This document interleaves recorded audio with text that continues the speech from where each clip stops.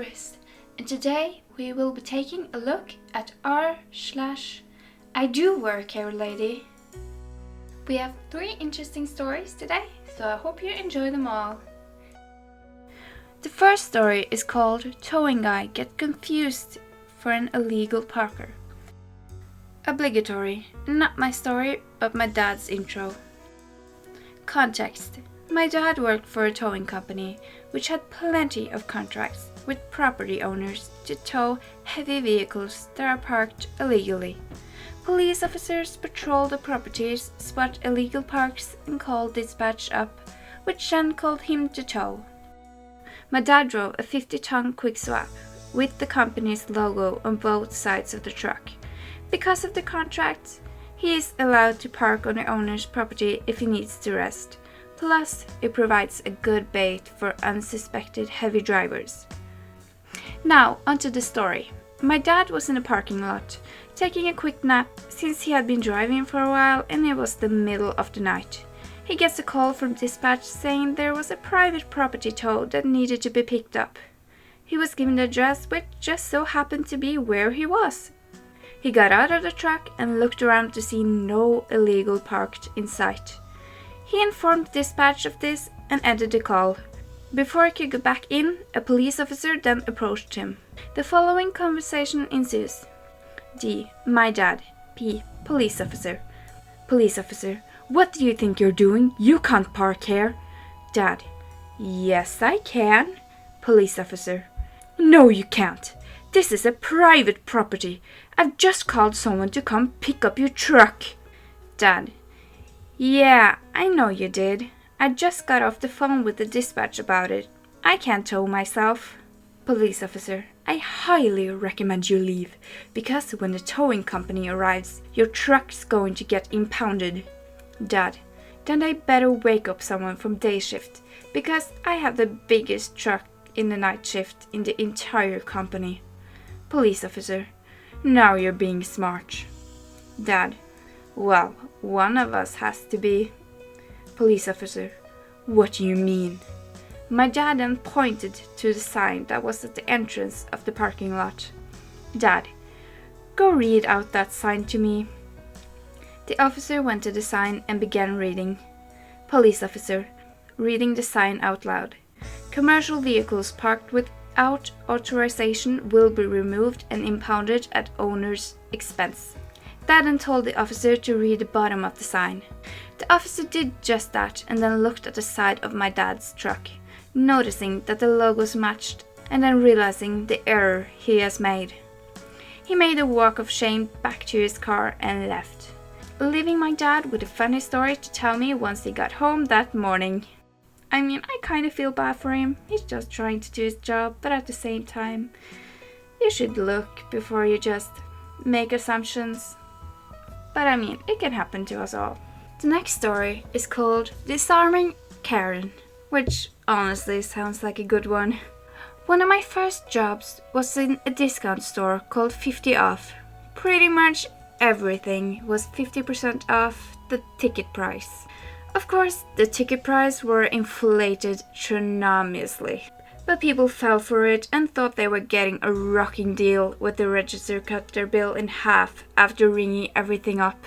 We mostly sold seconds and cheap Chinese stuff. Personally, I didn't buy anything there because most of it was junk. One day I was working the household goods and toy department when an angry Karen come up to me holding a tattered cheap Chinese box. I recognized it immediately. It was one of the Fox brass coat racks, you know, the cheap ones made of hollow poles painted with cheap brass colored coating. She started with, "You sold me a coat stand with no screws. I got it home and the box just has the poles and no hardware to put it together." I could see Karen was primed for a fight as she was turning colors and bawling her fits with increasing rage. I told Karen, "Wait here, please." These coat racks were shipped in these cheap-ass flimsy boxes that broke apart in shipments, so I had no doubt their screws had fallen out somewhere.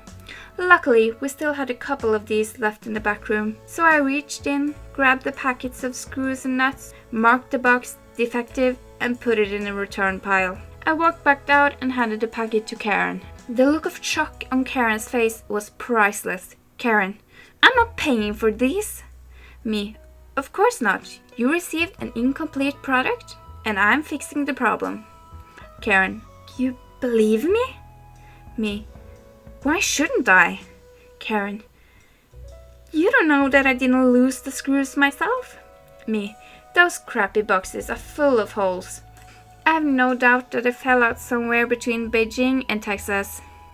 Karen, I'm literally shocked that you actually helped me. Me, no problem, ma'am. A happy customer is worth a lot more than a coat rack. Karen, no one has ever been helpful or nice to me in these situations. Ever. Me, I'm happy to help. Is there anything else I can do for you? Karen, no, that was it, and I'm going to call your manager as soon as I get home. Me, okay. I didn't know what that meant. The following week, I had completely forgotten about this encounter because stuff like that happened all the time. But Karen actually called the district manager and he came in and personally thanked me and asked if I would like to be store manager. I told him, yes, I would, but I'm only 17 and still in high school. Karen had told him I was 25.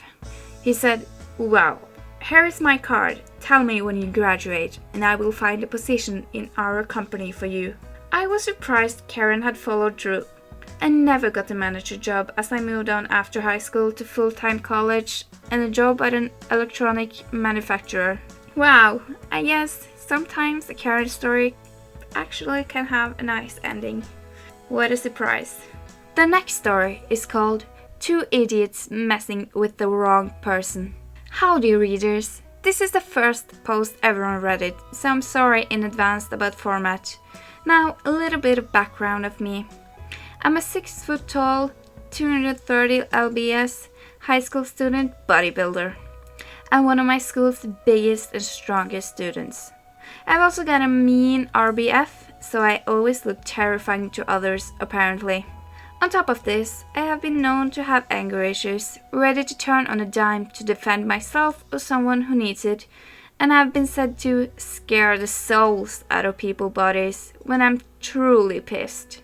I've also been raised in a country lifestyle and raised to do manual labor and to fight when needed. Anyway, on to the story. I was working at my school's band competition. I was there doing the most basic of heavy lifting jobs, running the larger things out to the field and other things. My band director then asked me to run the judges a table and chairs since he trusted me the most. I'd been a part of this chore for 3 years and was always making sure everything found correctly. So about 3 hours into the competition, I get asked to work security at the band exit by myself since the others had to leave. We had at least 10 extra adults to do so, but I agreed to it since I had to understand that I'm bigger and more scarier than the actual adults. So it's my turn to head to the gate and start blocking it.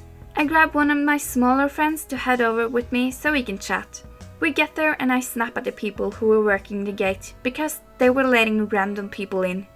They leave and I stand directly in the middle of the exit to stop people from coming in. So I do my job and keep people out, only letting in performers and volunteers. Probably I should mention that I'm dressed in my country outfit mixed with my punk jacket and my wolf defense bracelet. So I'm standing there talking with my buddy and our other friend who joined us. Every now and then telling those who come by where to get the tickets and how to get in. Pretty simple night. But then it all goes south. Me equals me, F1 equals friend 1, F2 equals friend 2, D1 equals dbag 1, D2 equals dbag 2, S equals my supervisor. Me, friend 1 and friend 2 talking about music and some other random stuff. Dbag 1. Hey, what's going on there? Me. It's a band competition. Dbag 1. Oh, cool! We aren't from this school. Where do we get in? Me. Right up there. I point at the tent over by the entrance. D-Bag 1 and D-Bag 2 walk off, and me and my buddies continue on what we were doing. 5 minutes later, they return. D-Bag 1, yo, is there any way we can get in for free? Me, nope, sorry, you can either pay to get in or you could leave. D-Bag 1, getting snarky and looking around. What would happen if we walked by? Me getting annoyed. I would drag your A out and throw you down the road. D-Bag 1 and D-Bag 2 starts talking ash. D-Bag 1, I was seeing this dude do something. This P is annoying me. I oughta knock this B out. Friend 1 and friend 2 notice me getting P offed. Friend 2, you need to leave before you get hospitalized. They ignored him and keep talking as such. Friend 1, I'm gonna call the supervisor. D-Bag 1 and D-Bag 2 keep talking SH. I finally snap back. Me, you two little bees need to get off the school premise before I throw your A off. D-Bag 1, I wish this would work. Walk this way and watch what happens. I finally had enough. I took a step forward and I realized what was about to go down. D-Bag 1, a scrawny stick of a human. This stupid wannabe country boy in his stupid boots. Me, I'm country, you stupid idiot. D-Bag 2, country, you're a city hick. Hick basically being them for country people. Me, those contradict each other, you idiot. Friend 2, larger than me, but knows I'm a lot stronger to get in front of me. You need to run before he, me, gets a hold of you. D-Bag 1 and D-Bag 2 quickly run off talking.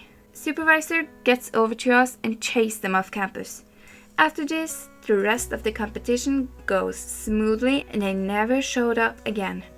I let everyone know what they looked like and to warn me and to quake them off campus again.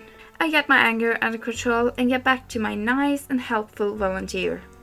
They truly got lucky though, because I was ready for a fight, where these two would have ended up severely hurt. Well, that's the end of my story. I hope it brings you guys some fun. I mean, they would have kind of deserved to be beaten up, to be honest. Anyway. That was everything for today. I hope you enjoyed, and I hope to see you next time. If you liked it, then please consider subscribing. Bye!